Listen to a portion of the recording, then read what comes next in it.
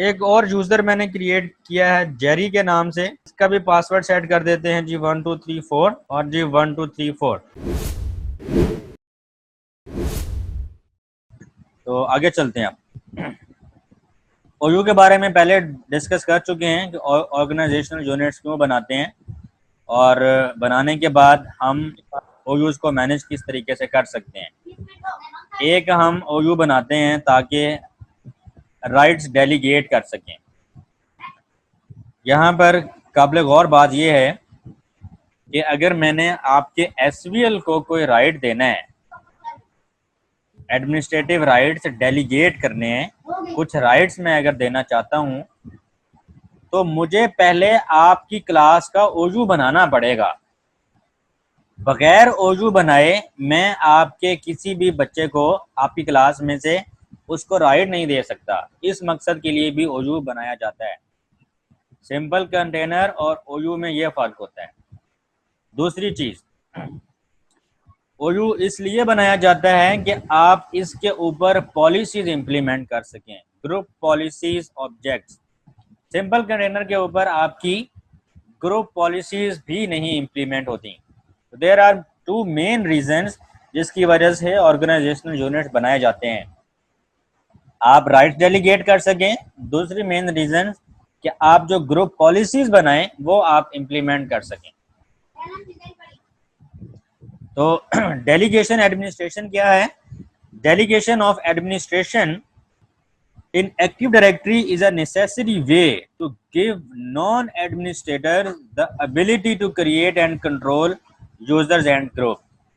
That means कि मैं administrator हूँ, जबकि जो मेरे अंडर टीम काम कर रही है, सपोर्ट के लोग हैं, हेल्प डेस्क पे लोग हैं, टेक्निकल पर्सन हैं, इंटर्नशिप पे बच्चे आए हुए हैं, स्टूडेंट्स हैं, एसबीएल है आपकी क्लास का, इनको मैं अगर कुछ एडमिनिस्ट्रेटिव राइट्स दे देता हूँ ताकि वो हेल्प करें एडमिनिस्ट्रेशन के अंदर, मींस के वो यूज़र क्रिएट कर लें, यूज़र का पासवर्ड सेट कर लें, ग्रुप बना सकें, छोटे छोटे वो काम कर सकें। तो this is known as delegation of administration. अब दो तरह की इन्वायरमेंट्स हो सकती हैं ऑर्गेनाइजेशन की। एक को हम कहते हैं सेंट्रलाइज्ड इन्वायरमेंट, एक को हम कहते हैं डिसेंट्रलाइज्ड। ठीक है, जो टेक्निकल टर्म्स यूज होती हैं। एक को हम कहते हैं सीडीपी, ये जो आपको लेफ्ट साइड पे नज़र आ रही है इन्वायरमेंट, ये वाली, इसको हम कहते हैं सीडीपी, यानी कि सेंट्रलाइज्ड डाटा प्रोसेसिंग।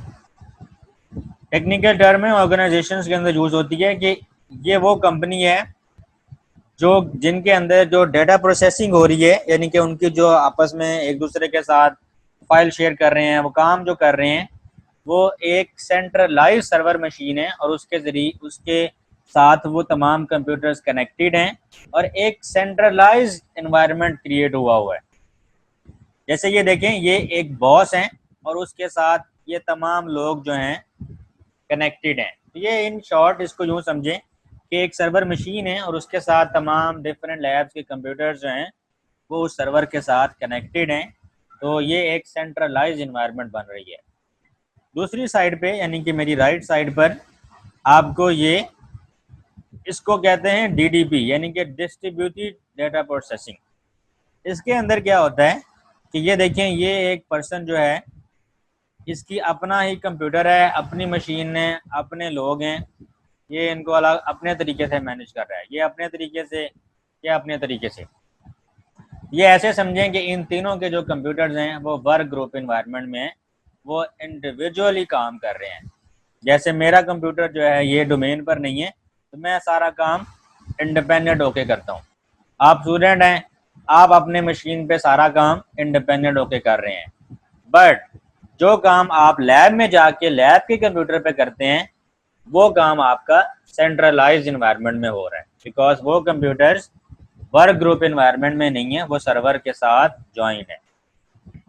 अच्छा, डेलीगेशन एडमिनिस्ट्रेशन कंट्रोल्स क्या होते हैं? फॉर एग्जांपल, ये देखिए, ये एक डोमेन है जो अभी हम बना चुके हैं। इस डोमेन के अंदर अब हम क्या बनाएंगे? ओयूज। ये OU1 बनाया इन्होंने, फिगर में दिखाया गया है OU1, OU2, OU3, यानी कि लेट्स सपोज 3 क्लासें थी, उन्होंने 3 OU बना दिए। ताकि उन क्लासेस के जो स्टूडेंट्स हैं उनको आसानी से मैनेज किया जाए। या जनरली यूनिवर्सिटीज़ के अंदर क्या होता है कि फैकल्टी का वजू अलग बनाया जाता है, स्टूडेंट्स का वजू अलग बनाया जाता है, एडमिन डिपार्टमेंट का अलग, अकाउंट्स का अलग। तो ये बेसिकली डिपार्टमेंटल बेस पे डिवीज़न की जाती है ओयूज़ की। तो अब लेट्स सपोज ये 3 ओयू बन गए। उन ओयू के अंदर ये देखें, ये एक बंदा था एडमिन 1 के नाम से, इसको क्या किया, एडमिनिस्ट्रेटिव राइट्स डेलीगेट कर दिए गए। यानी कि आप स्टूडेंट्स का ओयू था, उसमें से एसबीएल को उन्होंने कुछ राइट्स डेलीगेट कर दिए। इसी तरह एक और ओयू था, किसी बंदे को राइट्स डेलीगेट कर दिए। थर्ड ओयू था, वहाँ पर भी किसी एक को कुछ राइट्स डेलीगेट कर दिए। ये इसको अभी हम प्रैक्टिकल करेंगे तो ज़्यादा क्लियर हो जाएगा। ओके जी, विंडो सर्वर 2016 मशीन को मैंने ऑन किया है।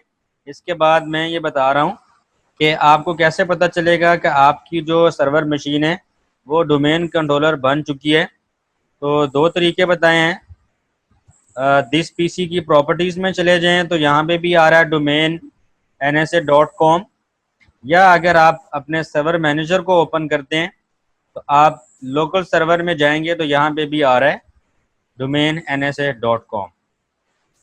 इसके अलावा ये टूल्स पे क्लिक करेंगे तो आपको ये देखें active directory, domain and trust, module and Windows PowerShell, sites and services, users and computers. यानी कि ये एक्टिव डायरेक्टरी के स्नैप्स जो हैं वो डिफरेंट 5 स्नैप्स हैं एक्टिव डायरेक्टरी के, ये नज़र आ रहे हैं।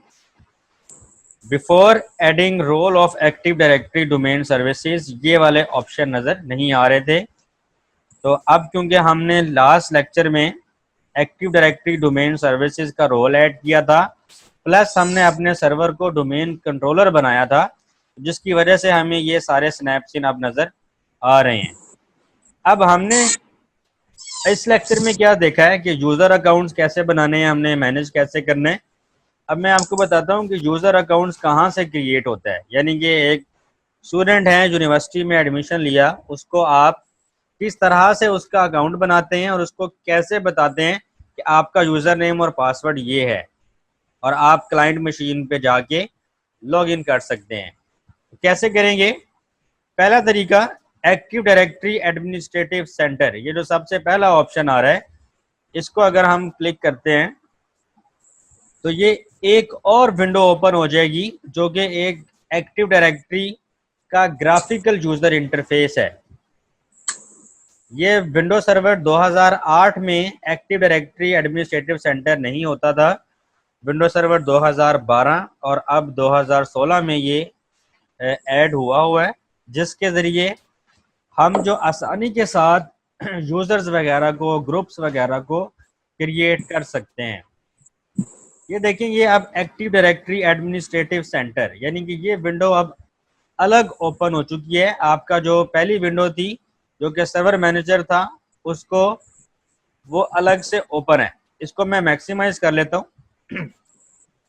इसकी फर्स्ट स्क्रीन पे आपको ये जो इंटरफेस नज़र आ रहा है, यहाँ पर ये देखें, आप सिंपल यूज़र का पासवर्ड रीसेट कर सकते हैं एग्जिस्टिंग यूज़र का।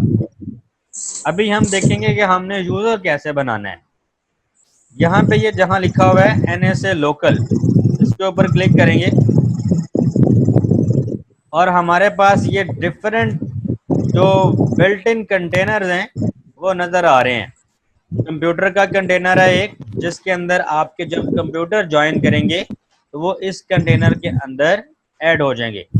अभी इस टाइम मैंने एक मशीन जो कि विंडोज 10 है वो ऐड करवाई हुई है, इसलिए यहाँ पर ये शो कर रहा है। मैं दोबारा आपको सिखाऊंगा कि एक आम मशीन को, यानी क्लाइंट मशीन को, लैब के कंप्यूटर्स को सर्वर के साथ ज्वाइन कैसे करवाया जाता है, तो इस पर भी हम वापस भी आएंगे। ओके, इसके अलावा डोमेन कंट्रोलर्स हैं, फॉरेन सिक्योरिटी प्रिंसिपल्स, इंफ्रास्ट्रक्चर की, बहुत ज़्यादा बिल्ट इन कंटेनर्स हैं। हम फोकस किस पे करेंगे? हम आते हैं यूज़र्स की साइड पे, क्योंकि हमने अभी सीखना है कि यूज़र्स कैसे क्रिएट होते हैं। सिंपल इस यूज़र के अंदर हम जाएंगे, ये जो बाय डिफॉल्ट कुछ यूजर्स पहले से ऐड हैं, जैसे कि एडमिनिस्ट्रेटर यूजर है और ये ग्रुप क्रिएट हुआ है, ये सिंपल यूजर है, ये टाइप में देखें ग्रुप लिखा हुआ है, ग्रुप यूजर, तो ये डिफरेंट है। अब हमने अगर एक नया स्टूडेंट जो यूनिवर्सिटी में जिसका एडमिशन हुआ है, हमने नया स्टूडेंट को ऐड करवाना है, तो कैसे करवाएंगे? तो उसके लिए ये राइट साइड पर आपके पास ऑप्शन आ रहे हैं, यूजर के नीचे न्यू का ऑप्शन है। इस न्यू पे जैसे ही मैं क्लिक करूंगा, वो कह रहा है आप ग्रुप ऐड करना चाहते हैं, यूजर ऐड करना चाहते हैं, या किसी कंप्यूटर को आप ऐड करवाना चाहते हैं। तो अभी हम एक यूजर को ऐड करना सीखते हैं। जैसे ही मैंने एक यूजर पे क्लिक किया है, न्यू यूजर पे, ये एक न्यू विंडो ओपन हो गई है। इसको मैक्सिमाइज कर लेते हैं हम। ये देखिए, इसके अंदर अब वो पूरा का पूरा अकाउंट जो है वो क्रिएट होगा यूजर का। फॉर एग्जाम्पल मैं यहाँ पे नाम देता हूँ टॉम। टॉम के नाम से मैं एक यूजर क्रिएट कर रहा हूँ। इसका जी मिडिल इनिशियल्स भी आप बता सकते हैं, लास्ट नेम भी आप बता सकते हैं, बट जो इम्पोर्टेंट था वो सिंपल फर्स्ट नेम, या यहाँ जहाँ पे ये फुल नेम आ रहा है, जहाँ पे ये स्टार लगा हुआ है, ये ज़रूरी है। ये हो गया जिसका नाम, इसको हम कर लेते हैं कॉपी। उसके बाद ज़रूरी क्या है, आप लॉगिन किस नाम से होंगे। फॉर एग्जाम्पल आपका नाम है तलहा, लेकिन आपका जो यूनिवर्सिटी का रोल नंबर है, या आप तलहा को ये बताते हैं कि आपने जब भी लैब में जाना है, आपने अपने रोल नंबर को as a username use करना है, अपना नाम यूज़ नहीं करना। बिकॉज तलहा के नाम के बहुत सारे स्टूडेंट्स हो सकते हैं, लेकिन तलहा का जो रोल नंबर है वो सिर्फ एक तलहा का होगा, दूसरे तलहा का रोल नंबर डिफरेंट होगा। तो ये जो जहाँ पे मैंने ये टॉम लिखा है सेकंड वाला, ये बेसिकली आप लोगों का यहाँ पे रोल नंबर लिखा जाता है, ताकि अगर टॉम के नाम के बहुत सारे स्टूडेंट्स हैं लेकिन उनका जो नाम है और जो उनका रोल नंबर है वो सेम नहीं होगा। इसी तरह जहाँ पे ये यूज़र यूपीएन लॉगऑन आ रहा है, यहाँ पे देखें nsa.com, और अब उसके बाद हमने एक पासवर्ड सेट करना है इसका, और कंफर्म पासवर्ड, यानी कि अभी लेट्स सपोज मैं पासवर्ड इसका सेट करता हूँ 1 2 3 4, और कंफर्म पासवर्ड 1 2 3 4। सिंपल जो चीज़ें थी कि आपने उसका नाम लिख लिया, उसका रोल नंबर उसको बता दिया, या मैंने यहाँ पे अगेन उसका नाम ही लिखा है, और उसका पासवर्ड। अगर सिर्फ यही सिंपल चीज़ें करके आप ओके कर देते हैं तो अकाउंट क्रिएट हो जाएगा। बिकॉज एक यूज़र को जस्ट यूज़र क्रीडेंशियल चाहिए। कौन कौन से जी? यूज़र नेम और पासवर्ड। अगर मैं इसको यहाँ पे ओके कर देता हूँ तो एक जो यूज़र है मेरा वो ऐड हो जाएगा।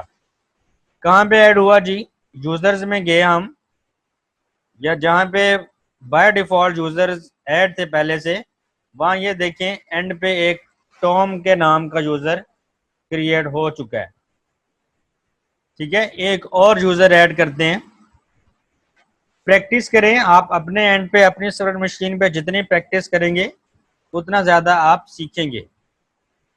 एक और यूज़र मैंने क्रिएट किया है जेरी के नाम से, इसका भी पासवर्ड सेट कर देते हैं जी 1 2 3 4, और जी 1 2 3 4। अब इसकी दफ़ा कुछ और ऑप्शंस देखते हैं, जैसे ये राइट साइड पे लिखा हुआ है अकाउंट एक्सपायर्स नेवर। अगर मैं कहता हूँ जी इसको मैंने एंड करना है, तो मैं यहाँ पर कोई डेट सेट करके एंड करवा सकता हूँ। इसके अलावा पासवर्ड के ऑप्शन हैं, user must change password at next log on. इसका मतलब क्या है कि जेरी जब पहली दफ़ा क्लाइंट मशीन पे लॉगिन करेंगे, यानी कि बीइंग अ स्टूडेंट जब फर्स्ट टाइम लैब में जाएंगे, अपनी मशीन पे लॉगिन करेंगे, तो क्या होगा, वो मशीन आस्क करेगी कि अपना पासवर्ड जो है वो चेंज करें। ये ऑप्शन बेसिकली इसके लिए है ताकि यूज़र जो है फर्स्ट टाइम लॉगिन करे तो वो अपना जो पासवर्ड है वो खुद से चेंज करें। क्योंकि ऐसा ना हो कि स्टूडेंट ये समझें कि ये क्या बात हुई, एडमिनिस्ट्रेटर जो है जो पासवर्ड बता रहे हैं कल को हमारी वो फाइलें देख सकेंगे और हमारे अकाउंट को वो यूज़ करेंगे। तो शुरू में एडमिनिस्ट्रेटर आपको सिंपल सा पासवर्ड बताते हैं, लाइक स्टूडेंट 123 कह देते हैं कि ये है आपका पासवर्ड।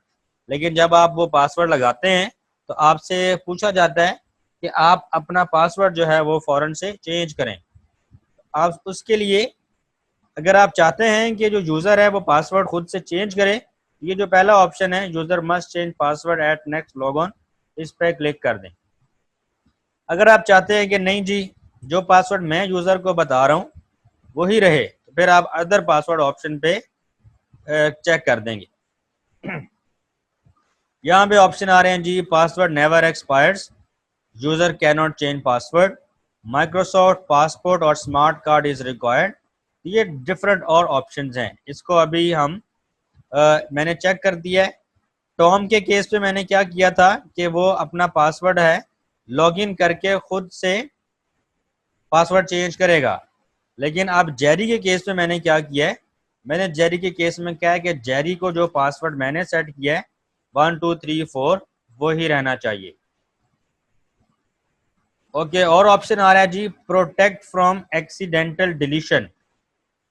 इसके ऊपर मैं बाद में आता हूँ। आगे देखते हैं जी, ऑर्गेनाइजेशन के बारे में डिटेल है कि जी आपकी जॉब का टाइटल क्या है।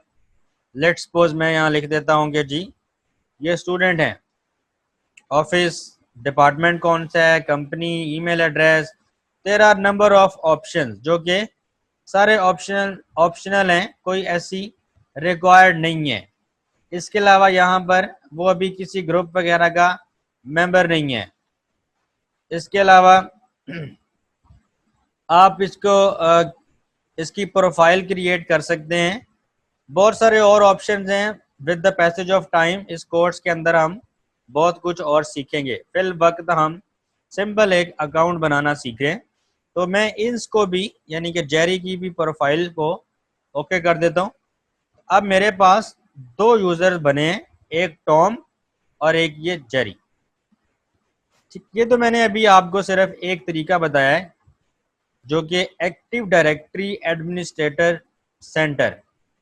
यहाँ पे आप जाएं तो आप यूज़र क्रिएट कर सकते हैं। इसको मैं कर देता हूँ क्लोज।